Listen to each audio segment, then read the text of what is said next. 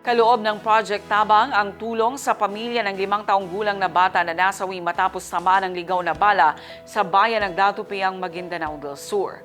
Ang Partners in Peace and Progress story mula kay Jen Garcia.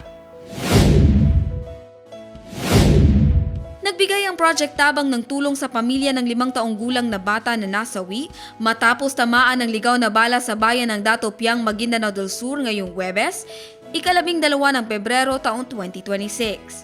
Ang agarang tulong ay isinagawa sa direktiba ni Project Manager Brahim Lacua bilang pagtugon sa atas ni Chief Minister Abdul Rauf Sami Gambar Macacua na maghatid ng suporta sa mga pamilyang higit na nangangailangan, lalo na sa mga biktima ng aksidente at iba pang sakuna.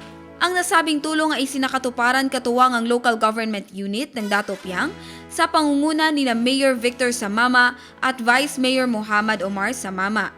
Jen Garcia, iMinds, Philippines.